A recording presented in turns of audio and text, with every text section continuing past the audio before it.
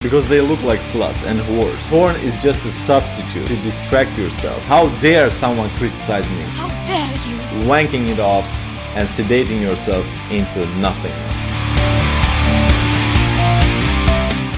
One of the biggest barriers to a fulfilling life that I see in humans is that they keep telling lies. And first and foremost, lies to themselves. Without seeing the reality as it is, without being truthful with yourself, you won't go anywhere in life. Whether it's about improving your professional. The pen is blue. The pen is blue! The goddamn pen is blue! Or personal life. In this video, I would like to go through different ways you lie to yourself in order to feel good about yourself. The key component in this subject is your ego. You're protecting your ego by lying to yourself, but at the same time, you lower your own chances at a long-lasting, fulfilling life. Let's proceed, shall we? A major obstacle to self-knowledge, and in turn to a flourishing life, is the tendency of one part of our minds to lie to the other. We lie for what might initially seem like a very understandable reason, because we want to avoid pain. But in so doing, we hugely damage our chances of happiness. There are 4 things we particularly like to lie to ourselves about. We lie about all the problematic aspects it would take so much effort to alter: our jobs, our relationships, our friendships, our health, our habits and ideas. One of the reasons to why we keep lying to ourselves, it's because it demands no accountability. When you lie to yourself, it's easier. You assume a mediocrity cape and flow along the lane of average Joe, of mundane nothingness. It's easier to walk the path that somebody else has already paved for you. You don't have to think, you don't have to rationalize, you don't have to build something new. You feel very secure and safe, and you know that at the end of the finish line, there will be something for you as well. Basically, you play it safe to not lose. If we're running away from a bear, I just have to be a little bit faster than the contender behind me. We lie because we need to think well of ourselves and are devoted to imagining that we are essentially normal, without peculiar loves, hates and deviant thoughts. We lie because we don't want to feel so inadequate, and yet because we lack so many good things. We lie because we're furious with certain people we're supposed to love, and we lie because what we're furious about feels so minor and pathetically petty for a grown-up to care about. So instead of dealing with your own demons, you start to project your dissatisfactory state to your surroundings. You lie to yourself about how the world is constructed and works, so that you can appear this good citizen that cares about people and knows what true happiness is. But deep down, when you're laying on your bed lonely and dreaming away to the places that you're never been to, and by the way, those places are independent of where you're at. Those places are where you aren't. I don't want to spoil it for you, Doug, but you rest assured, by the time the trip is over, you get the girl, kill the bad guys, and save the entire planet. You tell yourself these comfortable lies so that you can move on with your beliefs and keep making those bad choices. And to cope with that, you wallow in your misery with like-minded people. Given how risky the truth about us can feel, we've had to learn to be masters of deception. Our techniques are wide-ranging, devilish, and often hugely imaginative. Here are some of the leading maneuvers we employ to pull the wool over our own eyes. We identify something that can powerfully keep our thoughts away from troubling inner confrontations.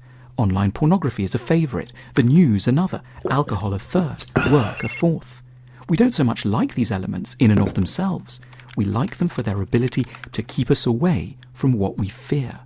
I find this point to be amusing because we have a lot of substances that are classified as being drugs. They're addicting, toxic and damaging to us. But the truth of the matter, addiction is not a material. It's a feeling. It's a chemical that you develop in your body towards something, and this something can be a specific object or a thought, outcome, idea. Addiction to pornography has nothing to do with pornography. It has everything to do with your emptiness. Porn is just a substitute to distract yourself and escape the dark reality of you not feeling happy. And to overcome it, you have to take action, which you never do. And you end up indulging in countless hours of pornography, wanking it off and sedating yourself into nothingness. Unless you take actions, nothing substantial will happen in your life. Alcohol is not a problem. Drugs are not the problem. Porn is not a problem. Women are not the problem. Your deep sense of lacking within yourself is the root cause to any addiction. You distract yourself from facing your demons. A sadness we haven't been able to admit to is often covered up with exaggerated doses of manic cheeriness. We aren't happy so much as incapable of allowing ourselves to feel even the slightest sadness, in case we were to be overwhelmed by our buried grief. We develop a brittle, insistent tendency to say that all is very well. This is lovely, isn't it? We might press, leaving no room for any ideas to the contrary. This one is connected to a nice guy syndrome. You're always putting up the show that you are feeling very good, you're happy, positive, wishing everybody well, and making friends, connecting with others. You tell yourself that if as many people as possible would like you, your misery would dissipate because in some twisted way you are being virtuous and trying to employ this law of attraction that if you are showing up happy and fun and all positive, that you will push yourself into that state whether you deeply believe in it or not. Denied anger with a particular person or situation often seeps out into a generalized irritability. So successful is the lie, we don't really know what's up. We just keep losing our tempers. Someone's moved the TV remote, there aren't any eggs in the fridge, the electricity bill is slightly higher than we expected. Anything can set us off. Our brains are so filled with how frustrating and annoying things are, we've cleverly left no space at all for focusing on the true and very sad issue. This one refers to blaming, making excuses. Everyone and everything got it wrong besides me, and you should all listen to what I have to say because my way is the best way and is most correct way. Also coupled with cynicism, thinking that people are idiots, people are incompetent, people don't know what they're doing, so you're blaming events outside of yourself because God forbid you'll admit to yourself that your choices in life aren't the most optimal ones. You're angry and sad at yourself because you are not taking actions into betterment.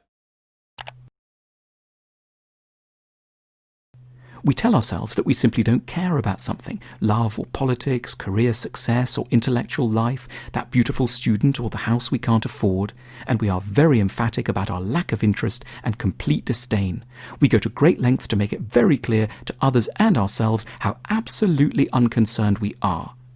All politicians are fake. News are toxic. You will never get this one right because you're not thinking straight, criticizing people left and right. It's like having a fat psychologist trying to help you to get your mental health into a better state. Now, what does the body composition of that fat psychologist tell you? Person telling you about what you should do in order to improve your life is not walking the talk. This kind of a self-deception is a projection of your internal belief system onto others. You see things that you would like to change about others, where in reality those things are what you think about yourself. But do nothing in order to attain a long-lasting change.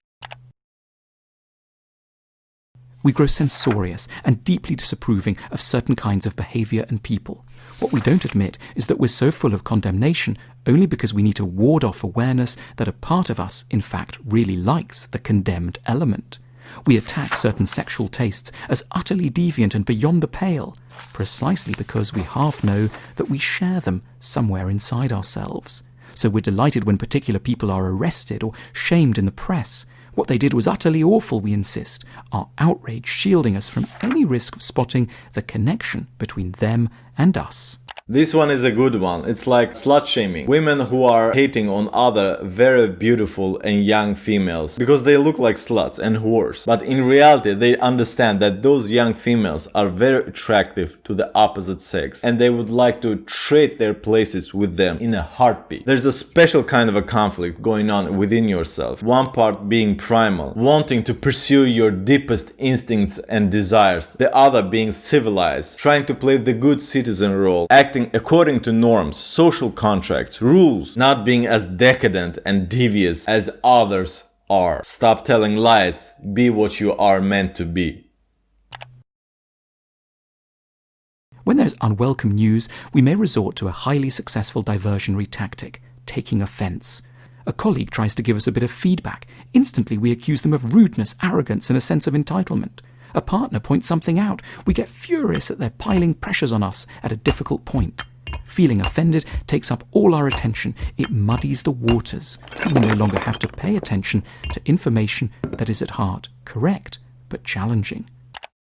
Victimhood mentality is a red flag of ever-growing ego. You have become so much emotional in your core that the slightest thing triggers your ego. You're feeling too safe, too secure within your compound that you feel entitled to your sensitivity. How you guys doing? Guys?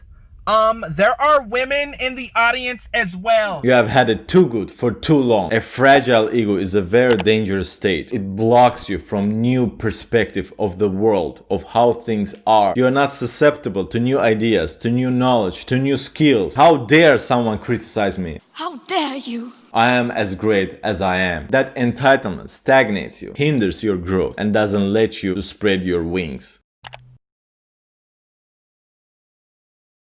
We're sad about particular things, but confronting them would be so arduous, we generalize and universalize the sadness. We don't say that X or Y has made us sad. We say that everything is rather terrible and everyone is rather awful.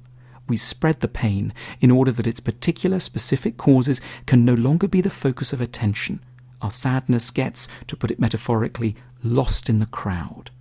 This is so prevalent within many areas, like myself, who likes to talk about gender dynamics and the interaction between humans in general. There are many voices out there telling that it's so complicated. There's no certain way to know for sure. They're brushing off our predictability like it's some kind of a magic, mysticism, denying the fact that we human beings have patterns. We have evolved to do things in a certain way, and our behavior leaves tracks. Following those makes it clear what drives us. As Pareto principle dictates, 80% of humans have the same behavioral characteristics. It's those 20% of small nuances that makes us specific, unique individuals.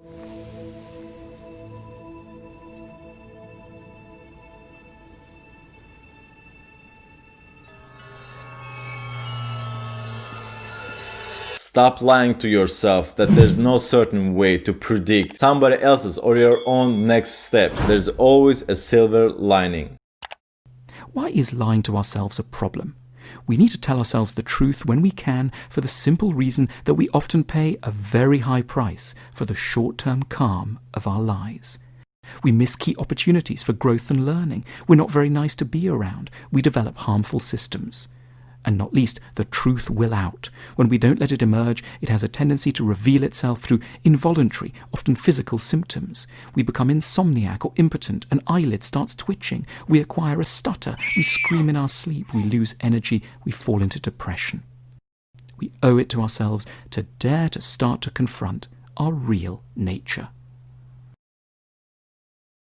As with succeeding in any area of your life, everything starts here. The whole universe starts in your mind. And it's already there. To see that, you have to wipe your windshields. And that windshield is called ego. You're always battling with yourself, telling comfortable lies about why you can't do this or why you can't achieve that, lose some fat, why you can get that promotion or start that business, go after my dreams. You're always blaming something else outside of yourself, forgetting a simple yet profound fact that there's only one person you can have control over. Breathe in through nose. So you should direct your focus into mastering yourself and your ego instead of trying to find some other solutions or things to blame outside of yourself. Take full accountability for your actions and your life. The first and biggest step is admitting. Wanna see more videos on why you think and act in a certain way? Check out these videos.